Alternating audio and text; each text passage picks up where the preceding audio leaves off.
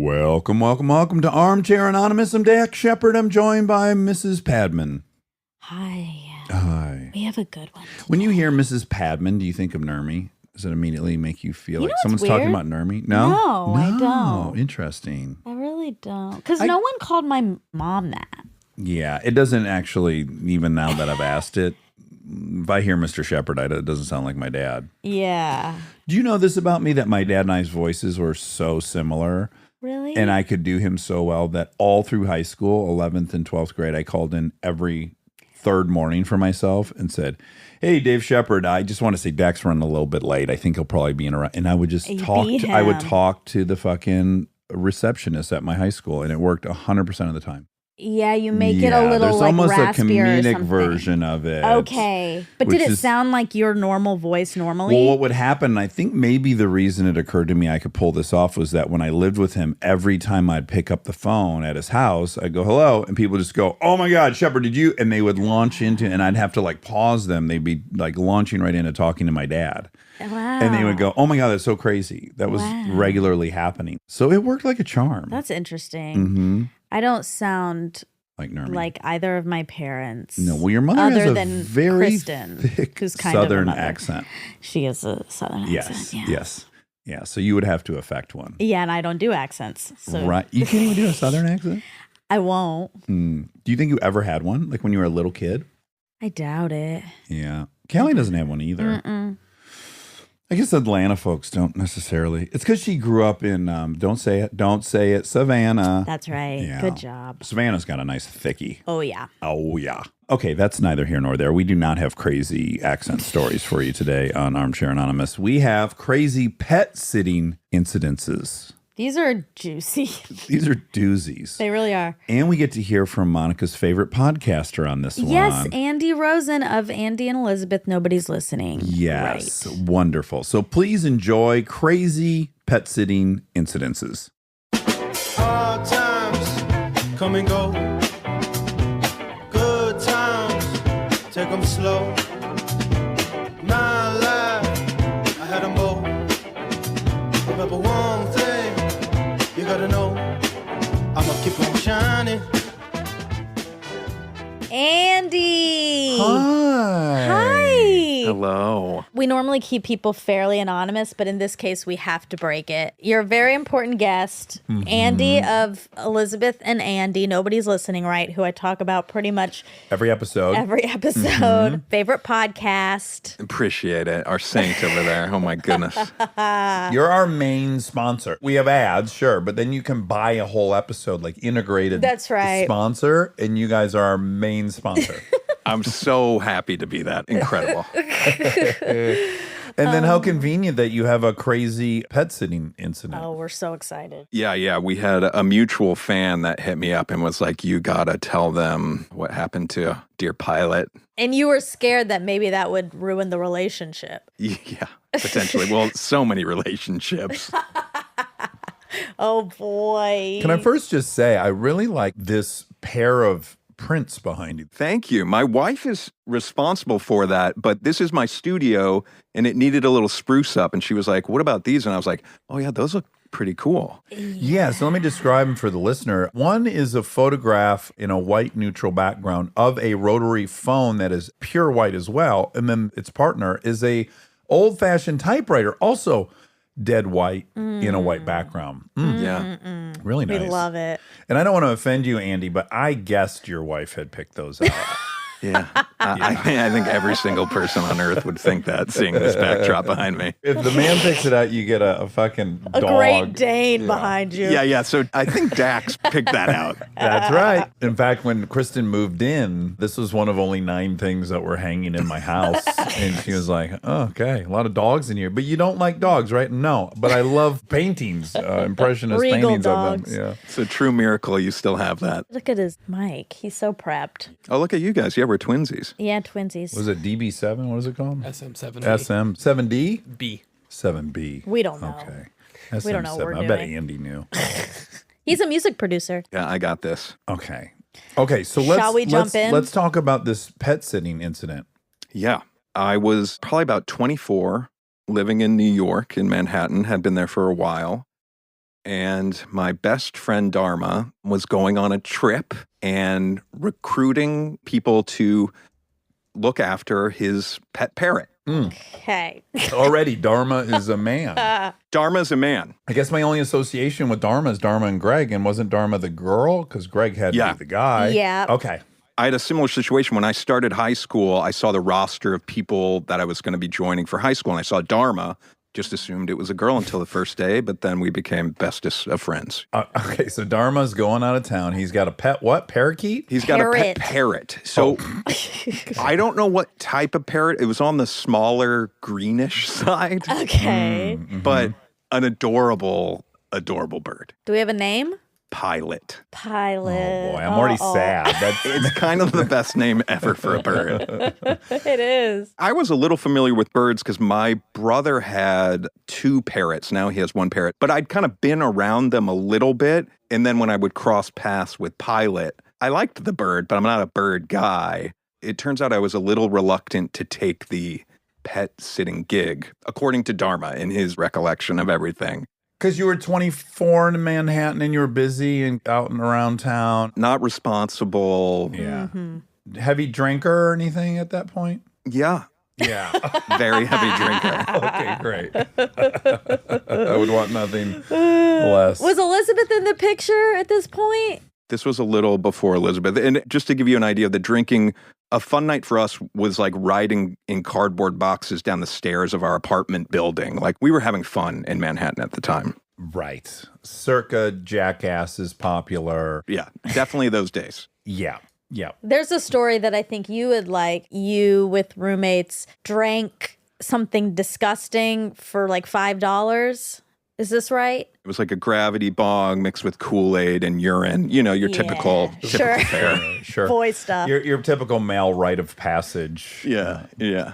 But yeah, so I was tasked with watching Pilot. The gig was described, you just got to fill up his water, fill up the food, scratch it behind the ears a little bit, check in on it. I think it was once or twice a day. How long was Dharma scheduled to be away? Like about a week. And so about halfway into the trip, I came in and Pilot was dead. Oh, fuck. Just laying in the cage? Yeah. Bottom of the bird cage, dead. This is a nightmare. I know you're not an ornithologist, but real quick, how long do those things live? There's 20-some years, maybe? Yeah, they can go the distance. Right. It's not like it was a gerbil, right? It shouldn't have died in this week, I guess is what I'm asking. No. That moment, I can still feel how bad it feels. I am responsible. It's dead. I don't know what I did or didn't do. All I want is it to come back to life. Oh. Yeah. I don't know what to do, and I'm panicking. So I decide that I need to take the bird to the vet to find out. Like an autopsy situation? I have a hunch you just felt so bad that when you presented this story to Dharma, you wanted to have proven you did everything possible. Like, I got a hunch you had no illusions that this thing was, but you're like, and I took it to the vet. Like, you're just trying to mitigate how shitty you feel by doing something after the fact, maybe. I think you're completely right. And if I'm completely honest, I even think I'm here right now hoping that this will even help. Help some of the tension surrounding this incident in our relationship. Okay. I was living in the Lower East Side. Dharma's place was in the East Village. And so I knew there was a vet near my apartment. I grabbed Pilot, and I think I put Pilot in a little box or something. And I start trekking towards this vet that's by my apartment. And I mean, I can remember this receptionist, who knows exactly what I said, but it was basically like, this bird, is it dead? What can I do? Do you know why? I can remember her looking at me like, yeah, dude, this bird's dead. Flush it down the toilet or whatever you do. Oh.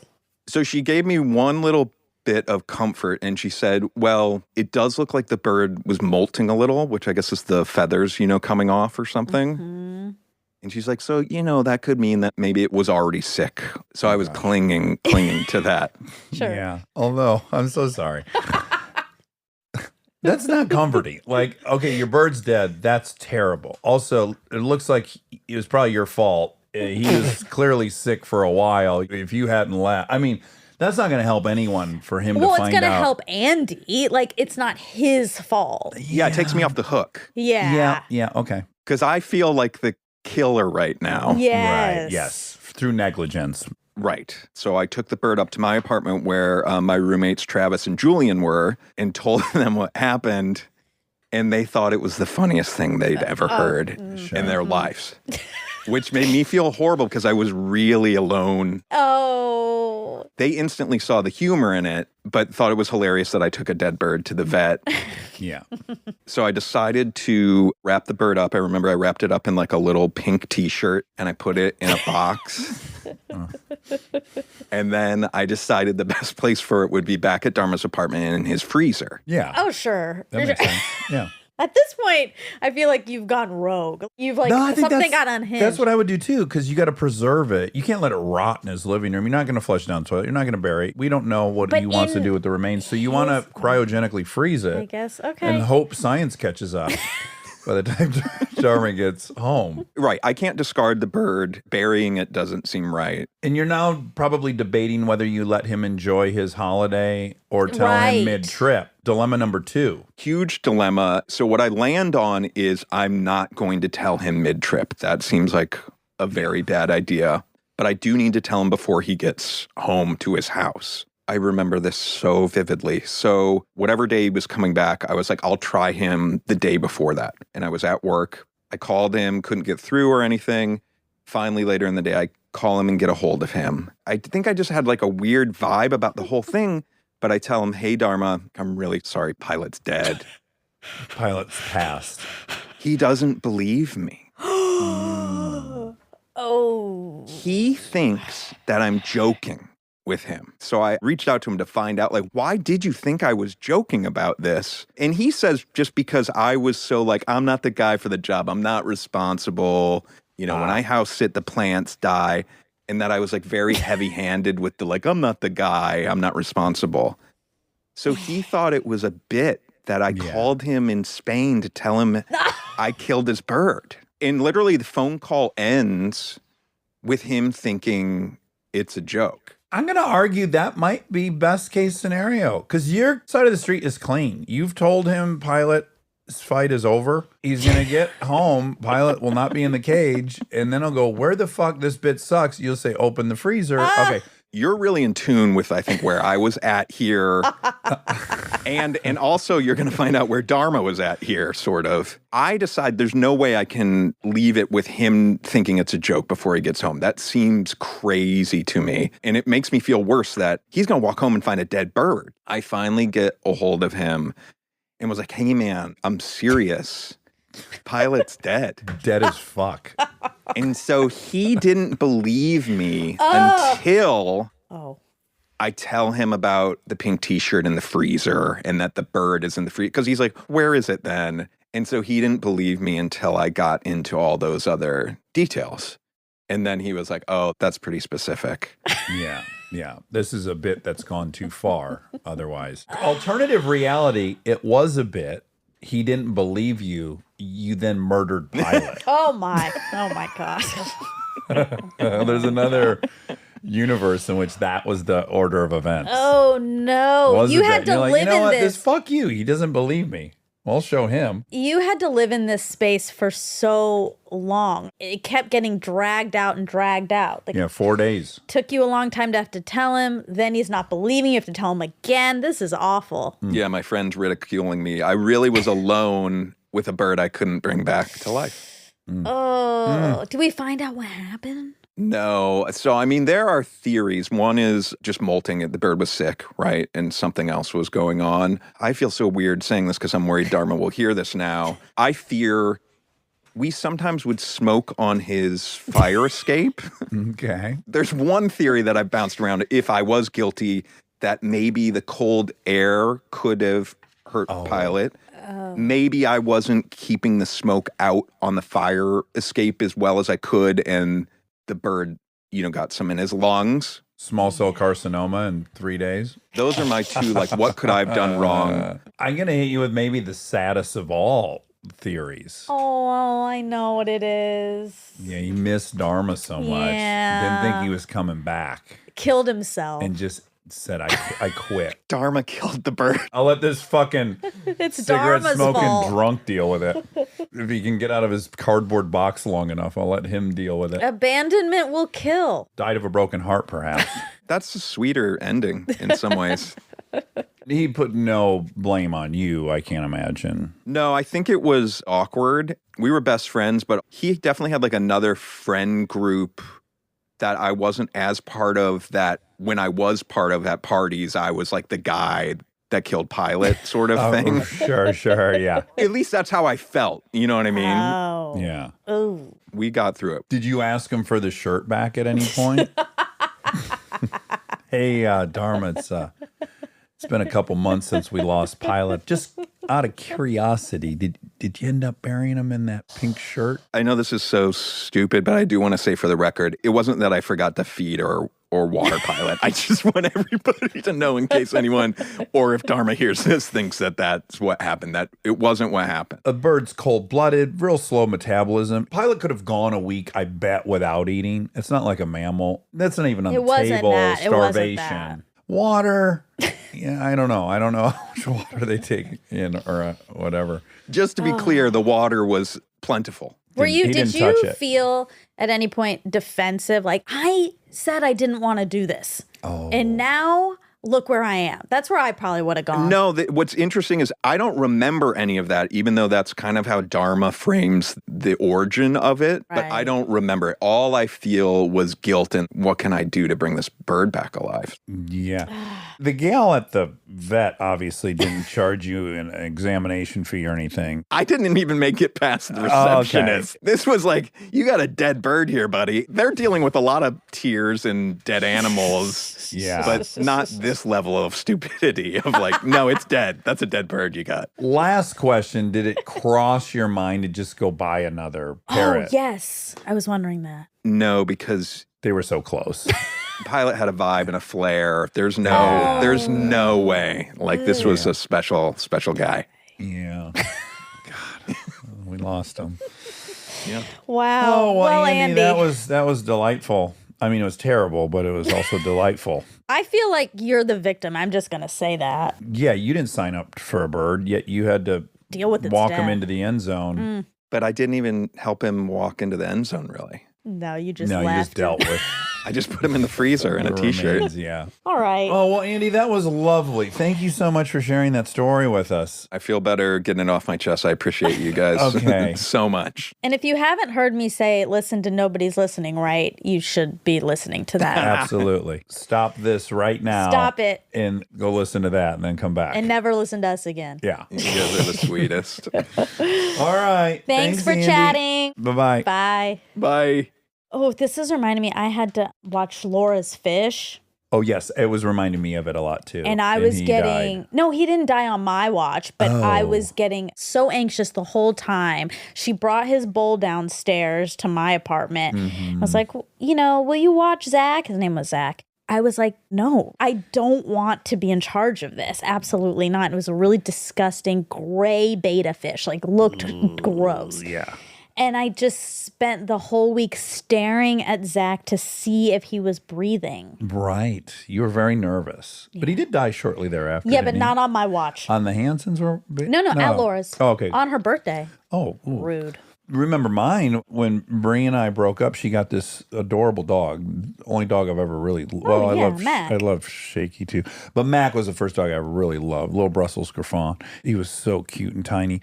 And she was going out of town. She asked me if I could watch him. And I didn't want to because I You're don't. scared. Well, I don't want to be responsible for a dog. I don't want to get up and feed it and all that stuff. I just didn't want to do it. Yeah. But I did it. And of course, I fall in love with him really quickly. And this is the worst event of my life. Yeah. I'm on my patio at the old house, and I'm in a hammock, and I'm talking on the phone, and Mac was just kind of like hanging around, and I heard something in the way backyard. Well, what's that? I don't know. I'm on the phone. Another minute goes by. Then I'm like, what was that noise? And then I look around, and I don't see Mac. I hang up. I go down around to the back of the house where the swimming pool is, and the cover's on the swimming pool. Yeah. And Mac is in the deep end. I don't understand how he even got in there. I think he thought he could walk on the cover maybe or something. But I don't know. Yeah, I don't know what he was doing. He wasn't drawn to water when I swam in there. He didn't want anything to do with it. But he got Do you himself think he missed Bree and was trying to kill himself? No, I don't. I think it was a mix-up. He's a little boy. I know, but he got confused. He just Okay. wanted to walk on that blue thing. But by the time I got down there, there's a little gap between the pool cover and the lip of the pool, and he's in it, and he's the size of a mouse, and he's paddling his heart out. And I realized, oh my God, he's been in there for a minute or two. But he was above thinking he was water, gonna though, die. right? Yes. Okay. And then I pulled him out, and I held him like a baby, and I was staring down at him, and he was shaking. And a couple of tears fell on him. Yeah, and those were my first tears in like 15 years. That's kind of what broke the seal. It's such a sweet story. Oh, I was just like he was so heartbroken at the thought of it. innocent. Yes, and he must have been so scared, and he was paddling so hard. Oh, I hated it. I just already loved him at that point. I was dealing with my own thought of loss. But then, of course, hours later, I was like, oh my God, and what if I had to tell Bree? Oh my God, yeah, the dog drowned while I was hanging in a hammock chatting with somebody. Too much responsibility. I'm surprised I ever nannied.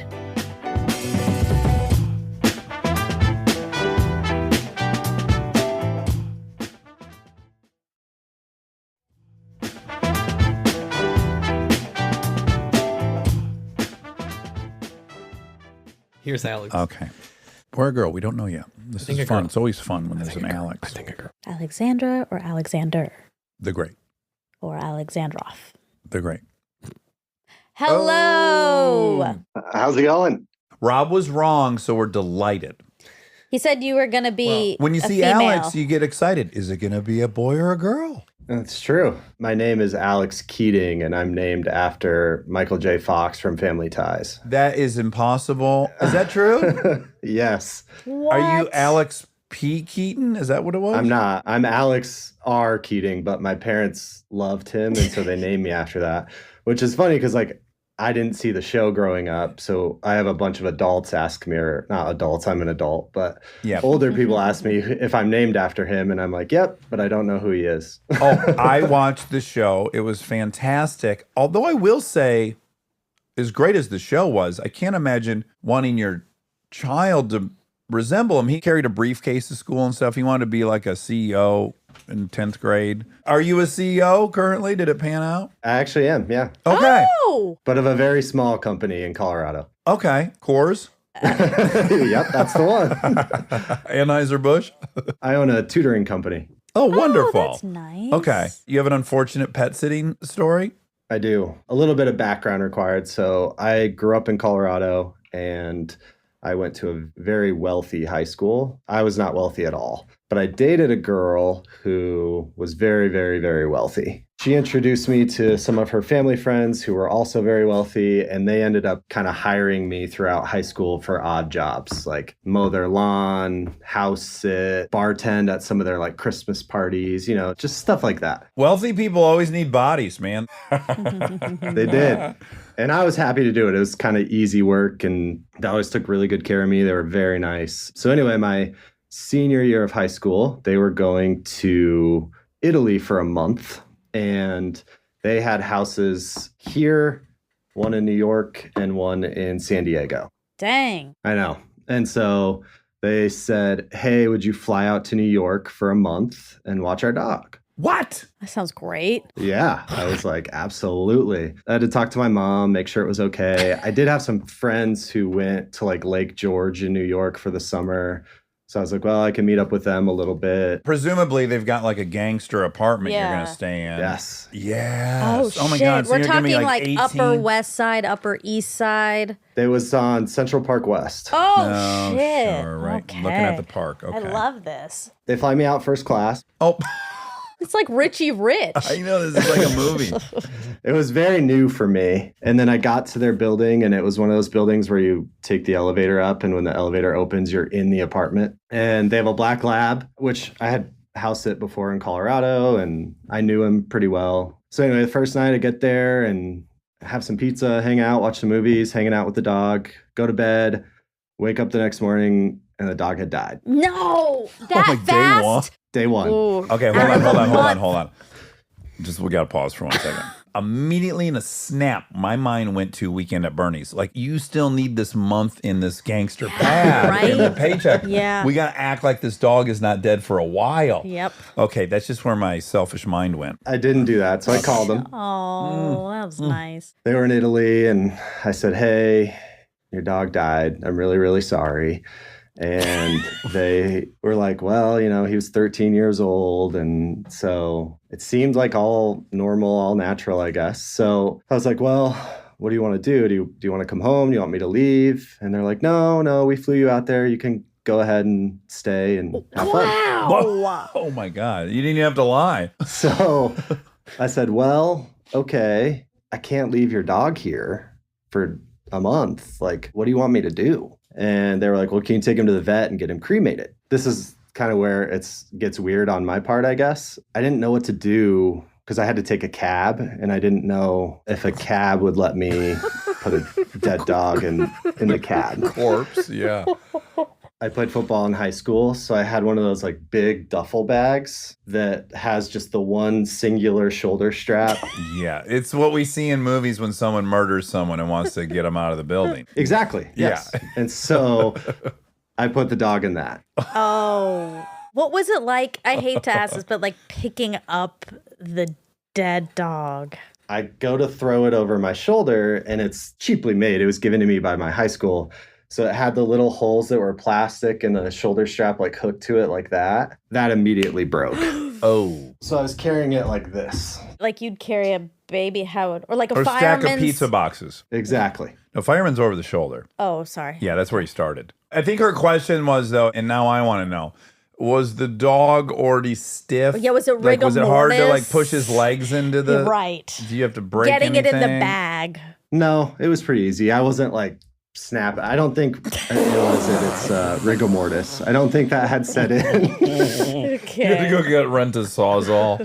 Right. Oh, God. I go downstairs. Doorman, I guess, calls me a cab. I put the dog in the trunk, and he takes me to the vet. I get out, holding it like this, and there's a sign on the door of the vet's office that says, "We have moved." Oh. But it was only like 10 blocks that way. I was like, all right, I'm just going to walk. I'm going to huff it.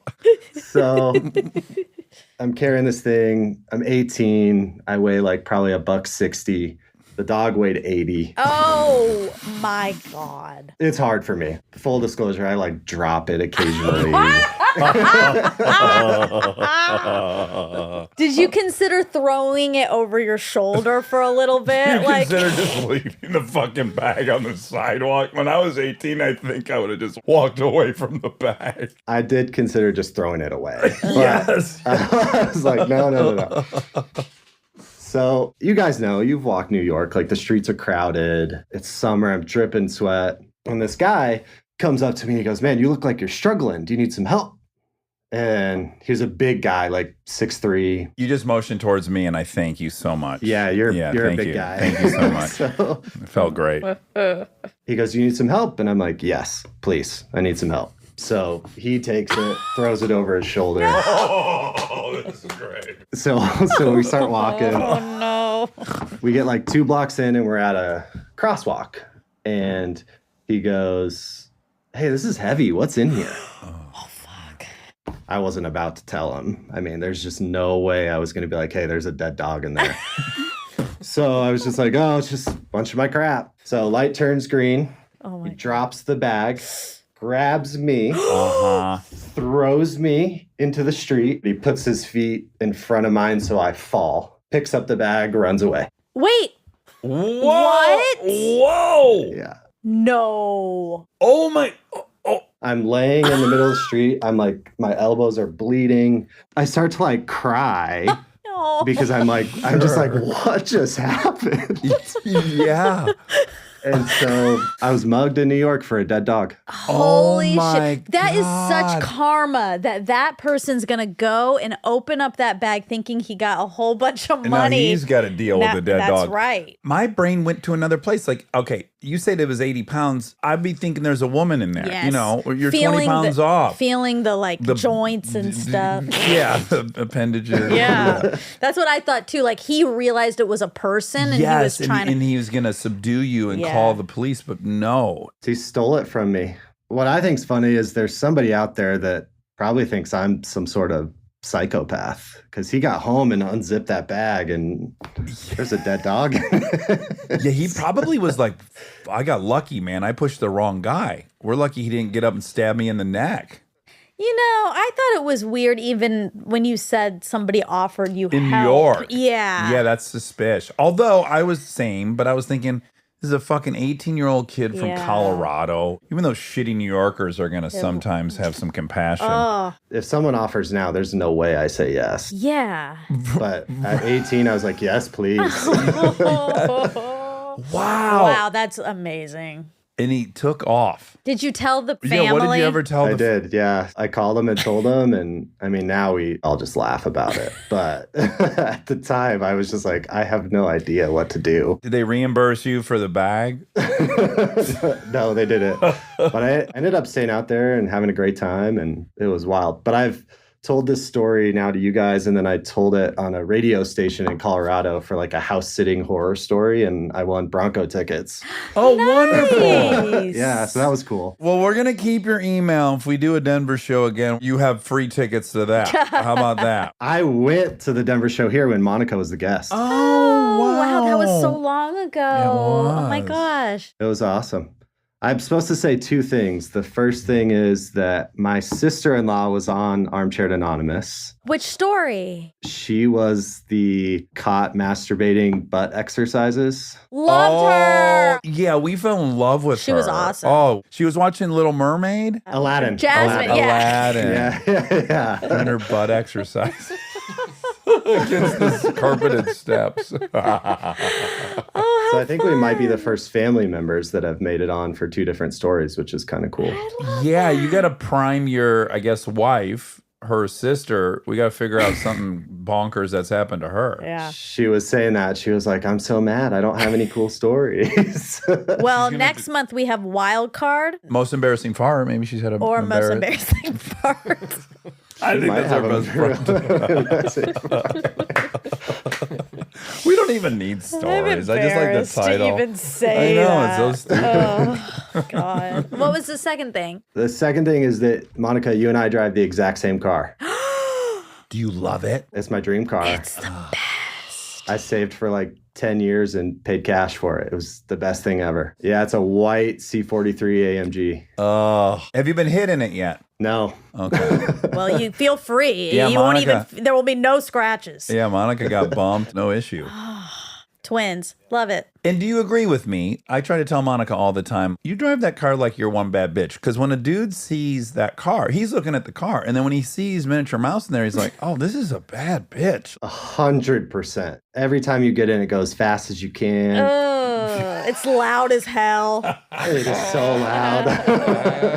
I want you guys to have a meetup. We should drag race. Yes, absolutely. You'd beat me, though. No, my money's on Alex. Yeah. She's not laying into that thing the way I want her to. Okay. In fact, I've had to take her for a ride or two in it just so she knows what it'll do. Can't you go to the AMG track? Isn't there one in California? We should look There into is, that. I think, yeah. You know what's cool, Alex? This is sexist, but it's rare. I know when Monica arrives. I hear it coming from like a little bit half block away, and I'm like, oh, Monica's here. That's a rare. Why is that sexist? Because chicks aren't normally driving like turboed up monster cars. I've never known a other woman where I heard her arrive. Where you're like, oh, You know, I got a few buddies, knuckleheads like me. I know. I worry about that a little bit. You do? Well, just like, oh God, am I being so ostentatious? Like that, like everyone knows I'm coming. No, it's perfect for you. I agree. I think if they see me, they're just like, yeah, whatever. Yeah. You jump out of that car and they're like, holy shit. Yeah, I like So that. I totally agree. Last thing I'm going to say, Alex, is we have matching headphones. I mean, not currently, but those are the same. Are they the green ones? The silver, they're Monica's gift guide, right? Yes, Oh my that's God. right. I'm kind of mad you're married already. I I feel like this know. could be a It wonderful would have been marriage. so cool. Same cars. Yeah, his and hers. We would be incredible coming out of the garage. People will be so jealous. The neighbors would be like, God, these two gotta leave at the same time. We hate them. Oh, All man. right. Well, we're That kind was of in love with fun. you, Alex. This was wonderful. And what a crazy story. Yeah. And we have your email, and you can hold me to it if we go back to Denver. Free tickets for you and your friends. Thank you so much. Keep doing what you're doing. It's incredible. Thank Thank you. you. Thank you. Thank you. Thank you. All right. We'll Bye. talk again. Thanks, guys. Have a good one. Man, the streets of New York, you don't know what's going on. We've heard 2 stories of people walking with dead animals. Yeah. I'm shocked. I've been there tons of times. I've lived there for months at a time to work. Yeah. I don't recall seeing any dead animal. But they're in bags and baskets. Ding, ding, ding. What? Back to Mac. Uh-huh. So, Oh, yeah. yeah, doing When in Rome with Yep. Kristen. We're walking through the meatpacking district. I always stop and look at Brussels Griffon because I'm in love with Mac. Yeah. None of them are as cute as Mac. Sure. Mac looks like a Mogwai. He looks like Gizmo. We're walking. We come up on this guy. He's got a little Brussels in a basket on his bike. And I go, oh my God, look how cute he is. I'm telling Kristen, I'm like, oh my God, this is the only one I've ever met that's as cute as Mac. And he goes, oh my God, you know Mac? And I go, wait, you know Mac? And he goes, this is Mac's brother. I know. This story I is go, so impossible. No, how is that? And he goes, I forget the actress's name, but Brie got him from a New York actress who was doing a movie for her boss, whatever. And it was fucking Mac's brother. I know. That Isn't story that crazy? is so insane. And sometimes Eric, when he's talking about crazy things, he's always like, it's not as weird as the dog brother. Like everything is in comparison. He knows that story? Yeah, you've told all of us and we love it. You tell it all the time. Well, I mean, yeah. Did you know that story, Rob? No, I haven't heard that one. Okay, good. Brand Thank new for God, Rob. someone. But Eric uses that as like the litmus test for weirdness. Are you going to cry when he dies? Yes. You are? Probably. I love that little guy. He is the sweetest soul I've ever met. My God. Yeah, he's a beautiful guy. Okay. All right. This episode's dedicated to Mac. Ready for Carly? Carly. Hi. How are you? I'm good. I literally Googled PST to EST 1,000 times to be sure I was right at the time. I was like, I just know it. I'm going to be sitting on an empty Zoom and they're going to be like, that was hours ago. So that makes me think that you're on the East Coast? Right outside of Boston. Okay. And are you native to the area? I am. Yes, I'm born and raised here. Wonderful. Okay. So you're in a Boston suburb and you have had a, I'm assuming, bad pet sitting experience. Yes. And Monica, when I was writing this story, all I could think of was how many people you're going to speak to that you're going to be like, it's a dog. Why were you people doing this? Yeah, that just happened in one of the stories. I was like, none of this is worth it. Like, what are people doing? Exactly. And you're probably going to feel the same way. I mean, in current day, we have the same dog. His name is Louie. He is literally our life, but we did just recently have a baby. So I can't say he's everything now. He does still get that treatment of he sleeps in our bed with us since day one. He's 130 pounds. That was a big mistake. I regret it heavily. Ooh, 130. He's a Ridgeback. Oh, those my are beautiful. God. He's so beautiful. He's stunning. And he's like a little love. We're so sad if we can't bring him places because we're like, how does not everyone want this 130-pound beast at your dinner table? What is the confusion? This 130-pound allergen. So this was 5 years ago. He is now 6. He's going on 7. So he was like still in his puppy era. Christmas was approaching and we go to my sister's house every Christmas Eve. And she was like, he can't come here. There's kids, there's food. Like you cannot bring this large puppy to bite everyone and bother everyone. And I was like, you are the worst. You're so mean. He's my son. My husband at the time was not there for when I was reaching out to people to watch the dog. He was at work. And so I was like, hey, I'm going to reach out and see, because I felt as if my dog would know it was Christmas Eve and that he was alone on Christmas Eve. I felt guilty that I had to find someone to come be at our home with him and celebrate Christmas Eve so I could go and enjoy my own Christmas Eve with family. Oh, wow. How do I find someone? Like, I don't want to be like looking for a lonely person. I was like, this could be someone, maybe their family doesn't live here. I was like, this has to exist. So I went on Rover, the app. Tell us about Rover. We I don't know what that is. Yeah, tell us about Rover. Rover, and they handled the situation well. So this is no dogging on Rover. They were wonderful. It's a dog sitting and walking service. Okay. great. And you can go on, it's almost like an Uber. You can see people that are in your area that are interested, what their rates are, what they'll do, what dogs they're comfortable with, all this. So I was like, this is great. So I'm looking for people. I reach out to a few people. Some people were like, oh yeah, like, my family's actually in Florida and I'm a student. I'm not going home this year. So I was like, all right, great. This is less creepy than I thought it was. So Right. I start talking to a few people and one girl is like, this is great. I haven't seen my family for the past few Christmases. I'm always looking for something to do. This would really give me purpose. Oh, that's a a little lot. heavy. So that was my first red flag. But Oh, no. instead of me seeing it as a red flag, I was like, oh, please come to my home. So she comes by one night and I say, I want you to come meet Louie. He's very big. He's very invasive of your space. I want to make sure you're comfortable with him before I leave you with him all day. She comes over. She was like 20 minutes late. We are in a city environment. And she comes in and she rings our bell downstairs and I'm by myself and I go down there and I have the doors closed upstairs. So that's where Louie is. And I open the door and I'm like, hi. And she was like, oh, this took me forever to get here. She had an umbrella and the way she was getting this umbrella closed, you would have thought she just flew here with this umbrella. She was exhausted. She was overwhelmed. I was like, oh gosh. So she comes upstairs and she's like, let me get settled before I go in. I was like, oh, sure. So she's taking her boots off and she's using the umbrella to balance herself. I was like, oh, this is Louie. Louie comes bouncing in all excited and she's so excited about him. She gets down to his level. And I was like, oh, fun. You like this. She then stayed so long that I had to be like, okay, that's enough. Like I had to separate them because I was like, I don't even let him kiss my face. That's gross. And I love him. I'm now like trying to hold him because he's excited someone's there. And she's like, no, you can let him go. It's fine. I love this. I love this. Oh, boy. So I'm like, okay, you're a dog person. This is what I wanted. She says, it really makes me miss the boys back home. I was like, oh, who are the boys? And she was like, they're my Dobermans. They've been our family dogs. I love them, the boys. And I was like, oh, where's back home for you? And she said, upstate New York. That is at minimum from where we are, 4.5 to 6 hours. So we make our small talk. She's nice. I don't want to judge her because she's a little odd. I didn't feel like that was fair. So when she left, she sent me a text and was like, hi, I just want to let you know again how excited I am of this opportunity. It really would make my holiday to get to help you and be there for the dog. We could watch movies all day. And she's like selling it. And I was like, you're a lot, but you're nice. And you seem to love dogs. It's okay. My husband comes home that night. I'm telling him, I'm like, she was a little odd. I tell him the things. And he's like, if you have a feeling about her, I don't know if we should do it. And I was like, no, I don't have a feeling. I think I'm just getting in my head. So I say, let's do it. Yeah, you ignore your gut. I ignored every flag there was. At this point, we are about early November. So plenty of time before Christmas Eve.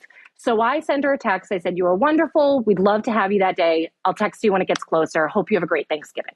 I leave it at that.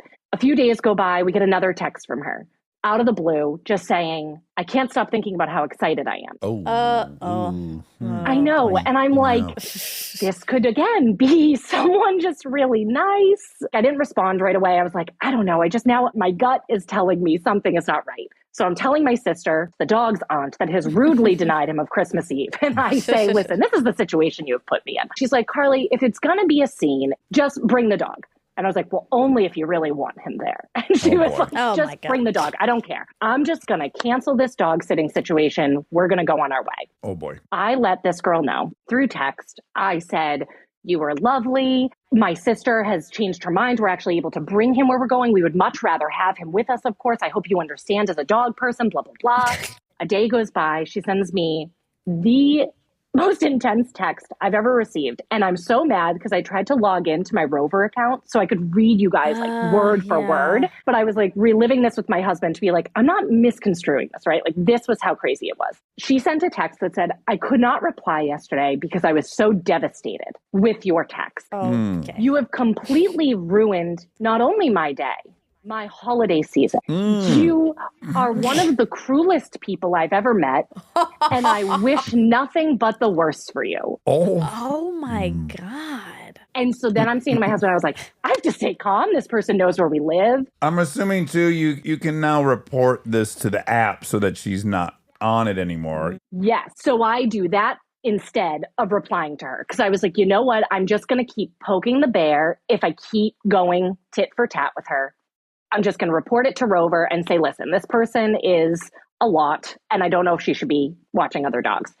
Rover writes back immediately. They're like, we're looking into this. We're going to get back to you. They get back to me. Like, they were very on it. Apparently, she gets wind that I have done this. So I get another text. How dare you reach out to Rover? Oh, you have not only done XYZ to me, and she lists out how I'm just the worst person ever. You are now threatening my profession, and I won't have it. Oh. So I write back and I say, this is a dog sitting situation. We are taking our dog. It has nothing to do with you. If you continue to harass me, we're going to have to go further. I don't hear from her for a few days. I'm now walking out of my apartment to the train station to go to work one day, and I see her in my neighborhood. No. I know she doesn't live there. I call my husband, and he's home with the dog. And I'm like, I just saw the dog sitter. I'm not in my head. This is her. He was like, oh my God. He was like, just get on the train and text me when you get there. Later that day, he goes out for a walk with the dog, and she's parked outside of our house. Oh my God.